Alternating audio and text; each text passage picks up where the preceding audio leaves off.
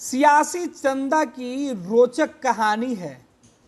जिसको दो उसका फायदा है, जिसे नहीं दो उसकी बदनामी है। सियासी चंदे की दुनिया में विवाद और वफादारी की कई सारी कहानी है। दुनिया भर के लगभग सभी लोकतंत्र में राजनीति में पैसे की बढ़ती भूमिका और इससे जुड़ी समस्याओं की समाचार खूब आती है। आजकल भारत में भी है।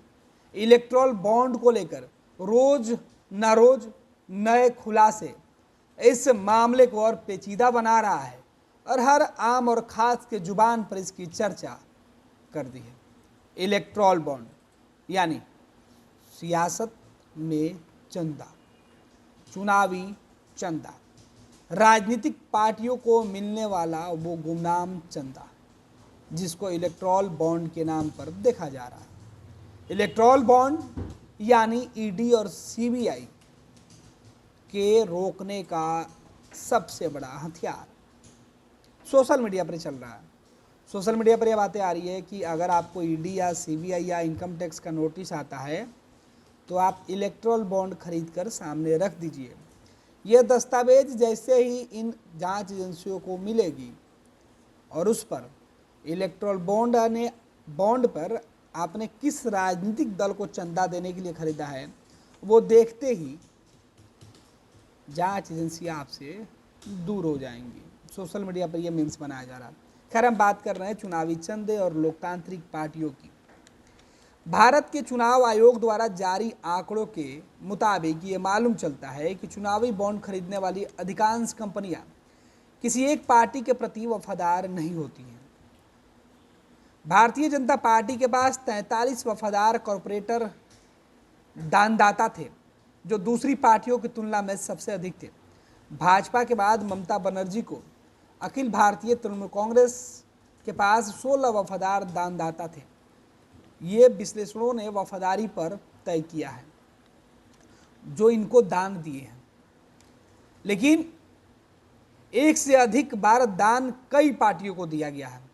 हर बार एक ही पार्टी को दान कई जो है दानदाता हैं वो दिए हैं। यही वजह की है उनकी वफादारी है। जैसे किसी एक कंपनी ने बीजेपी को ही बार बार चंदा दिया तो वो बीजेपी के प्रति वफादार है, टीएमसी के प्रति वफादार है, उनको केवल बार दिया, कांग्रेस के प्रति।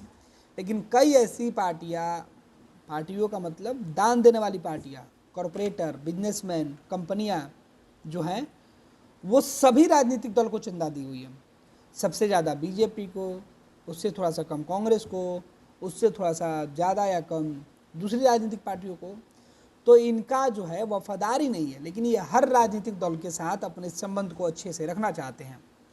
और यही वजह है कि दान देने वाले और वफादारों में जो लिस्ट निकल कर सामने आई है वो चौंकाने वाला। हालांकि केवल भारत की बात नहीं है, दुनिया भर में चुनावी चंदे को लेकर खूब चर्चा होती है और चुनावी चंदे की बात और इसकी ईमानदारी को लेकर देश भर की जो पार्टियां हैं और जो इनके दानदाता हैं वो एक दूसरे के साथ जुड़े हुए हैं। एक से अधिक बार चुनावी बॉन्ड खरीदने वाली 91 कंपनियों ने एक ही पार्टी को कई बार चंदा दिया। ये एक रिसर्च के अनुसार जो मालूम हुई है बातें वो मैं आपको बता रहा हूँ। गौर करने वाली बात है कि 263 कंपनियों ने कई बार चुनावी बॉन्ड खरीदे। विश्लेषण के अनुसार 762 कॉर्पोरेट दानदाताओं में से 263 ने निर्धारित समय सीमा के भीतर एक से अधिक बार चुनावी बॉन्ड खरीदे। मेगा इंजीनियरिंग एंड इंफ्रास्ट्रक्चर सबसे अधिक बार बॉन्ड खरीदने वाली कंपनी रही, जिसने 36 बार बॉन्ड खरीदे और 9 अलग अलग पार्टियों को चंदा दिया। और चंदा देने और लेने वाले में भाजपा सबसे बड़ी लाभार्थी बनकर उभरी है। सबसे बड़ी लाभार्थी भाजपा 362 अलग अलग कॉर्पोरेट दानदाताओं से चंदा लिया। इनमें से 43 वफादार दानदाता थे, जो कांग्रेस को 177 दानदाता थे। तो वहीं केवल 8 दानदाता ऐसे हैं जो बार बार चंदा दिए। बड़ी पार्टी के साथ ही सत्ताधारी पार्टी को भी इलेक्टोरल बॉन्ड के मामले में फायदा पहुंचा। अपने देश में अभी भाजपा अकेली पार्टी है जिसके पास 350 से ज्यादा दानदाता है। उसके बाद कांग्रेस, बीआरएस,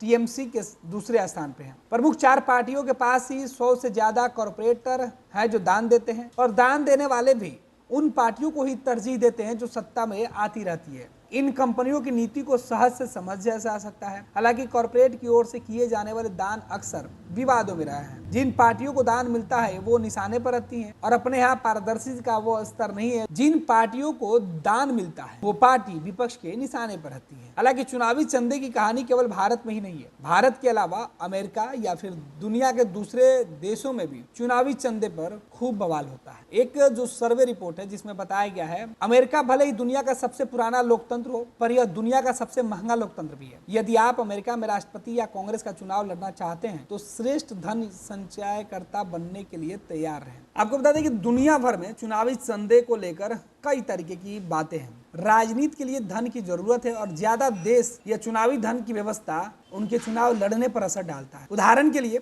जापान में भर्ती घोटाला या ब्रिटेन में सनसनीखेज वेस्टमिंस्टर घोटाला, अमेरिका में प्रसिद्ध वाटगाटर घोटाला, ब्राजील में चुनावी भुगतान से संबंधित घोटाले की श्रृंखला हमेशा याद आती है। लगभग सभी लोकतंत्रों में वित्त की समस्या चिंताजनक है। चुनाव आधारित राजनीतिक भ्रष्टाचार ने कई यूरोपीय लोकतंत्र जैसे इटली, ग्रीस, फ्रांस, स्पेन और बेल्जियम को भी प्रभावित किया है। यानी चुनावी चंदे की जड़ में हर देश और हर राजनीतिक पार्टियां पड़ी हुई है। आपको बता दें कि जो वफादार पार्टियां हैं भारत में, जो चुनावी चंदे को लेकर जो इलेक्शन कमीशन की तरफ से जो जानकारी दी गई है उसमें बताया गया है कि बार बार चंदा देने वाली वफादार पार्टियों में सबसे ज्यादा भाजपा, उसके बाद कांग्रेस, उसके बाद बीआरएस, उसके बाद तृणमूल, उसके बाद फिर अन्य पार्टियां जो है वो सामने आती रही है। भाजपा के प्रति सबसे वफादार दान देने वाले में DFL कमर्शियल डेवलपर्स ने 130 करोड़, बिरला कार्बन इंडिया ने 105 करोड़ और इम्फाना फाइनेंस ने 60 करोड़ रुपए का चंदा दिया। जबकि टीएमसी को रिफ्लैंड company 11.5 crore, Trivoli Park Apartment 7 crore और सालासर स्टॉक बॉकलिन 5 करोड़। कांग्रेस को बिक्रेज Properties 20 crore, JK Lakshmi Cement 14 और बंगाल कोक कंपनी 11.32। तो इस तरीके से इन कंपनियों के चंदा लेने और देने का जो रिकॉर्ड निकलकर सामने आया। हालांकि इन आंकड़ों में बढ़ोतरी भी हो सकती है। आपको बता दें कि इलेक्ट्रॉल बॉन्ड से जुड़ी जानकारी जो साझा की गई, इसमें एक बात सबसे खास रही कि इलेक्ट्रॉल बॉन्ड खरीदने वाली कंपनियां पार्टी का चुनाव भी बड़े सावधानी पूर्वक करती हैं। 11 कंपनियों ने पार्टियां बदली। एक बार एक पार्टी को चंदा देने के बाद 11 कंपनियों ने अगली बार दूसरी पार्टी को दान देने का फैसला किया। इनमें से एक कंपनी अरविंदो फार्मा है जिसकी खूब चर्चा हो रही है। ये वही अरविंदो फार्मा है जिससे अरविंद केजरीवाल की आम आदमी पार्टी को लाभ देने का आरोप लगा है। इन 11 मामलों में 5 से टीएमसी और 3 केवल भाजपा को लाभ पहुंचा रही है। कोई भी कंपनी किसी भी दल से संबंध खराब नहीं करना चाहती है, इसलिए वो एकाध बार अन्य राजनीतिक दलों को भी चंदा दे देती है। ये लो मुंह मीठा करो, आज मैंने अपना जॉब छोड़ दिया। अब हम पूर्णिया वापस जाएंगे। जॉब छोड़ दिया है? मतलब ये घर कैसे चलेगा? हम करेंगे क्या? और माँ बाबूजी क्या बोलेंगे? इसलिए मैं एक और मिठाई का डब्बा लाया। अपने बिजनेस के लिए लोन अप्रूव हो गया। अरे लोन अप्रूव हो गया वो तो ठीक है, लेकिन पूर्णिया में हम रहेंगे कहाँ? अपना घर भी तो नहीं है वहां। इसलिए तो एक और मिठाई का डब्बा अलग से लाया हूं। हमने पूर्णिया में घर ले लिया है, पूर्णिया के ई होम्स पैनोरमा में। पूर्णिया में पैनोरमा ग्रुप लेकर आए हैं ई होम्स पैनोरमा। बड़ा घर, आलीशान जिंदगी और अत्याधुनिक सुविधाओं के संग। अरे अरे, अब क्यों मुंह मीठा करवा रही हो? क्योंकि हम घर वापसी जो कर रहे हैं। घर वापसी की खुशी पूर्णिया में ई होम्स पैनोरमा के संग। E Homes Panorama, luxurious lifestyle redefined.